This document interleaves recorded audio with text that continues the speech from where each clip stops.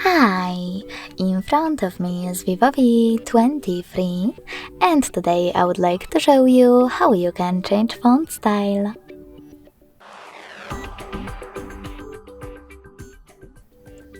Begin by opening an app called Themes and choosing Recommended or Categories at the bottom.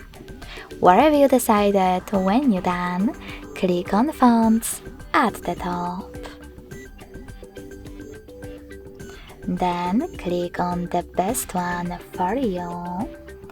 I will go with Kiss Meow.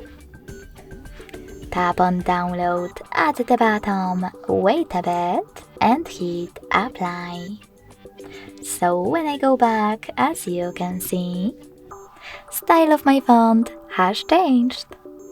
If you want to go back to your default style, go into Devices Settings, tap on Display and Brightness, scroll all the way down and select Font Style. Now tap on your default one and hit Apply. Thanks so much for watching. If you enjoyed this video, don't forget to leave a like, comment and subscribe. Bye!